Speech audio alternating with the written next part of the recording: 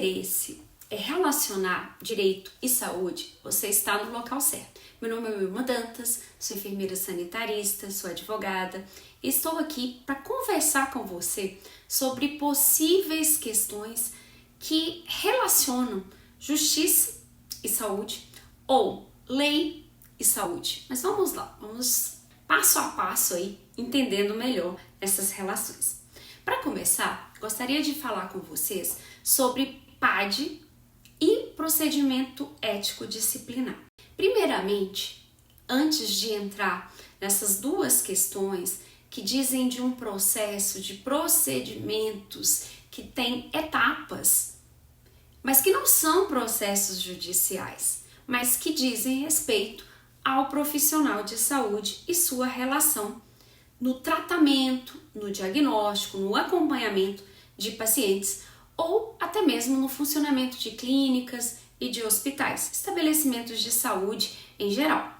Então, quando a gente pensa em direito, muitas vezes a gente fala dos nossos direitos, mas também a gente tem que pensar que nós temos deveres. E isso encontra também o profissional de saúde nas suas relações diretas com o cliente, com o paciente, ou também no seu trabalho em equipe, seja no Sistema Único de Saúde, seja num ambiente de uma clínica ou de um hospital privado, ou também de forma autônoma. Então, as responsabilidades do profissional de saúde são inúmeras, porque ele lida justamente com aquilo que é de mais caro para a pessoa, que é a sua saúde, que tem tudo a ver com o direito à vida. Então, o direito à saúde está extremamente conectado, ligado com o direito à vida. E nesse sentido, alguns profissionais de saúde enfrentam problemas por não terem pensado, pautado a sua atuação em alguns preceitos, ou ainda que tenha pautado nesses preceitos éticos, às vezes faltou ali alguma diligência ou alguma consultoria, alguma análise para que aquela profissão ficasse livre de alguns problemas. E dentre esses problemas que um profissional de saúde pode enfrentar, e na minha experiência, tanto no nível do conselho como colaboradora no conselho de enfermagem, quanto trabalhando como advogada em defesa aí de profissionais da saúde, quantas vezes o profissional ele enfrenta um problema que ele poderia ter evitado, mas ele não evitou porque ele não sabia, porque ele não tinha uma assessoria, porque ele não tinha ali às vezes até uma consulta que ele poderia ter feito para evitar. E aí eu vou apresentar para vocês, em linha geral, o que vem a ser o PAD e o que vem a ser o PE. Depende aí do conselho, né? Mas esse procedimento ético disciplinar. Primeiramente, o que seria um PAD? O PAD é um procedimento administrativo disciplinar. E quem está sujeito a ele? Qualquer funcionário público. Mas os profissionais de saúde, os policiais também, profissionais da segurança também enfrentam muitas questões aí com PAD. Mas aqui o nosso interesse é com você, profissional de uma das 14 áreas aí da saúde. Então esse PAD, ele é muitas vezes aberto em face de alguma suspeita, uma situação que ocorreu e que deixou aí um ponto de interrogação. Teria aquele funcionário público errado? Teria agido com culpa ou dolo diante de um paciente? O que seria culpa? O que seria dolo? Deixa isso para um outro dia, a gente discute aqui. Mas teria esse profissional de saúde, de alguma forma, com a sua atuação, ele veio a ocasionar algum dano, alguma lesão? Ele deixou de agir e essa omissão foi uma omissão importante a ponto de interferir no curso daquela pessoa, da vida daquela pessoa e trouxe inclusive o resultado morte? Ou aquele profissional teria agido, aí vem a questão da intenção, teve uma intenção de provocar lesão ou até de provocar morte?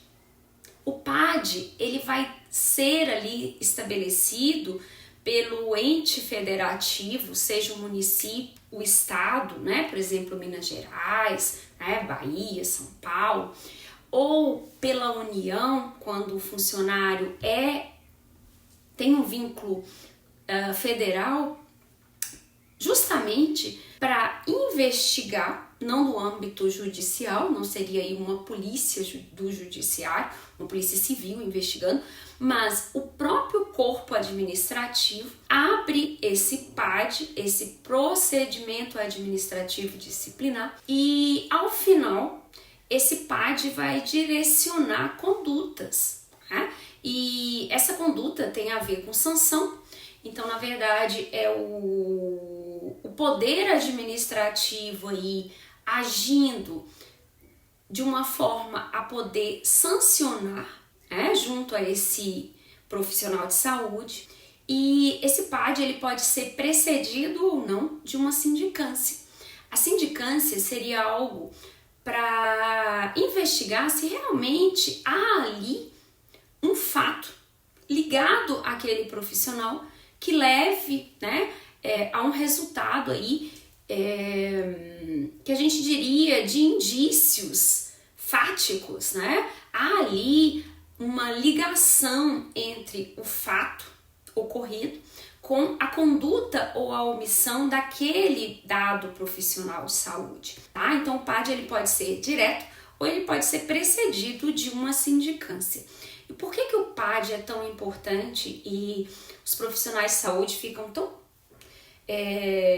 estressados mesmo, até mesmo preocupados, né? Confundem processo judicial com esse procedimento administrativo, mas ao mesmo tempo não vou te dizer que não seja preocupante. É preocupante sim, porque o PAD ele pode ao final, tem etapas ali, né? O PAD tem várias etapas até esse julgamento administrativo e a aplicação da sanção, ou claro, também ao final do PAD pode-se entender pela não culpabilização desse funcionário público, desse profissional de saúde.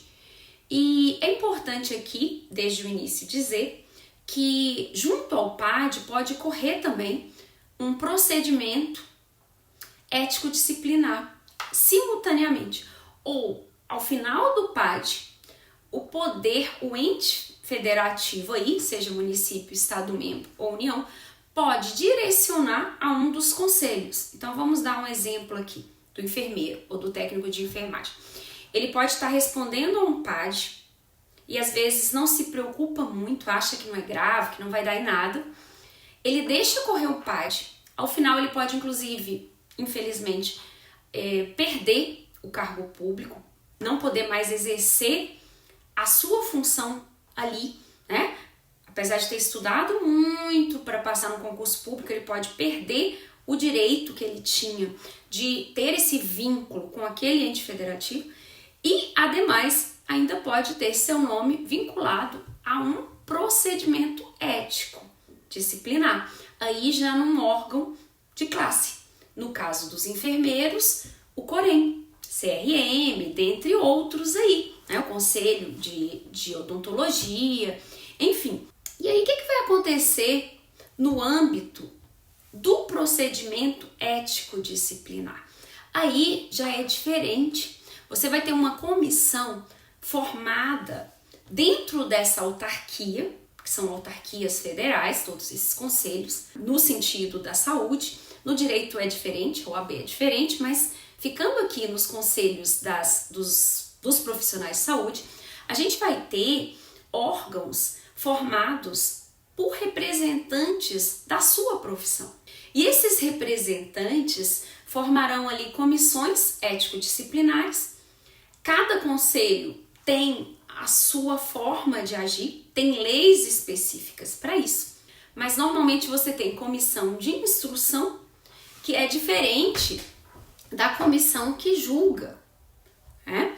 E aí o que a gente vai ter é essa formação de um convencimento a partir da sua conduta enquanto profissional, se foi uma conduta ética ou não, Se houve ali uma comprovação de uma conduta culposa, seja ela omissiva ou seja ela na ação, né? Então, quando um profissional que tem o dever de cuidado deixa de fazer algo, ele pode sim estar cometendo aí um ato omissivo, também é ato, só que pela omissão, ou ele pode ter um ato comissivo.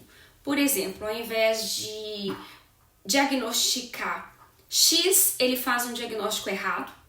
Ao invés de administrar, sei lá, meio ml, ele administrou 5 ml de um determinado fármaco e aí houve ali uma série de complicações, ou ele deixou de agir com zelo, ele deixou de agir com cautela, por exemplo, na identificação de um RN, isso tem gerado muitos problemas, e aí ele está diante de um procedimento que vai analisar a sua conduta ética, a sua conduta, se você agiu com culpa no sentido de negligência, de imprudência, de imperícia. E aí também entra análise muito importante do direito. Quer dizer, como que você age no seu cotidiano diário? Como que você registra a maneira como você atua? Tudo isso pode trazer para você implicações muito sérias, inclusive com cassação do seu direito de exercer a profissão. Já não seria mais a perda de um cargo público, mas você perderia aí o seu direito de atuar enquanto profissional da saúde. Imagina, você leva aí de 4 a 6 anos para ter o seu diploma, depois você tem o seu registro no órgão de classe. Então eu brinco, mas é verdade, eu sempre falo assim com os meus alunos, olha, a gente não acha Corém, CRM, nenhum conselho. Você não cai e acha ali no chão. Você transpira para conseguir. Então, como conhecer essas etapas necessárias à sua proteção? Isso é importante. Você acabou de formar.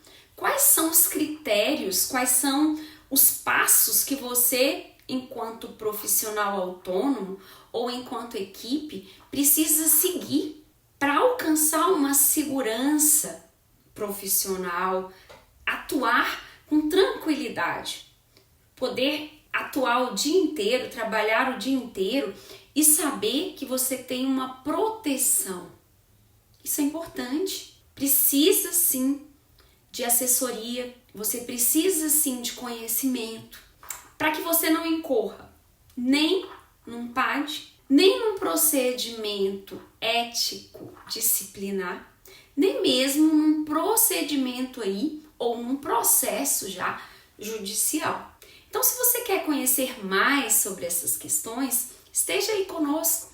Hoje, em linhas gerais, eu diferenciei o PAD de um procedimento ético disciplinar. Se tem dúvidas, coloque aí pra gente, escreva a sua dúvida que iremos responder. Se tem algum tema que diz respeito a direito e saúde, escreva pra gente, sugira que iremos abordar. É isso por hoje, fique com Deus e até a próxima.